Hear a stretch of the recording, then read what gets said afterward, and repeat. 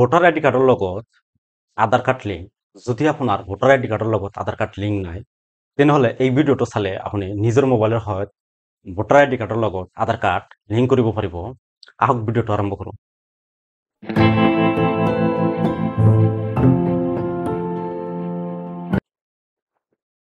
First Google open কৰিব, ইয়াতে search কৰিব NBSP। ফাৰ্ষ্ট লিংকত ভিজিট কৰিব, ইয়াতে voters.eci.gov.in ক্লিক কৰাৰ পিছত এনেকুৱা ইণ্টাৰফেচ ওপেন হ'ব। মোবাইলৰ সহায়ত ওপেন কৰিলে এনেকুৱা ইণ্টাৰফেচ ওপেন হ'ব।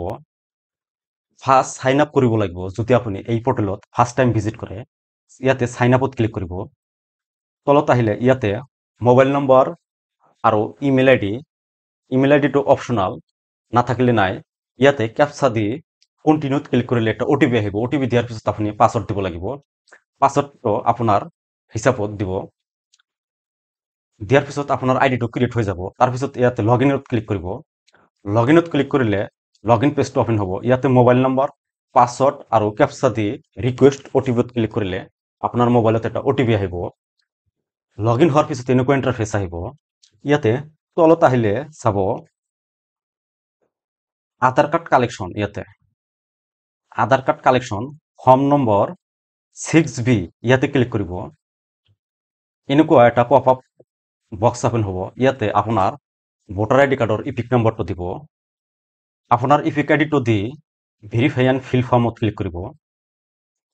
যদি আপোনাৰ ভোটাৰ আইডি কাৰ্ডৰ লগত আধাৰ কাৰ্ড লিংক আছে তেনেহলে অলৰেডি লিংকড বুলি লিখা আহিব। যদি আপোনাৰ লিংক নাই তেনেহলে এটা ফৰ্ম ওপেন হৈ যাব।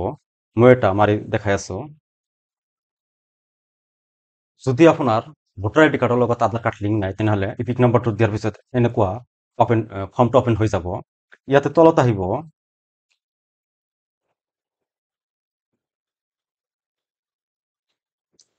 তলত আহিব নেক্সটত ক্লিক কৰিব। ইয়াতে নেক্সটত ক্লিক কৰিব। তাৰপিছত ইয়াতে আধাৰ নম্বৰ আহিব। ইয়াতে আপোনাৰ আধাৰ নম্বৰ দি ইয়াতে আধাৰ কাৰ্ডটো আপলোড কৰিব লাগিব।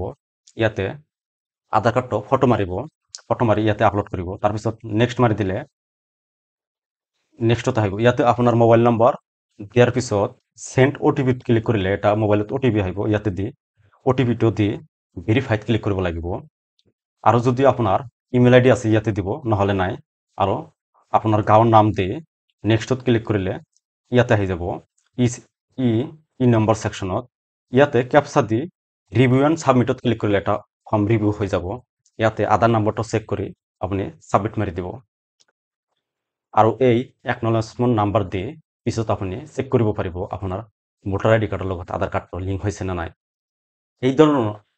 এই ধৰণৰ ইনফৰমেশ্যনৰ বাবে মোৰ এই learn with Babu printer YouTube চেনেলটো সাবস্ক্ৰাইব কৰিব।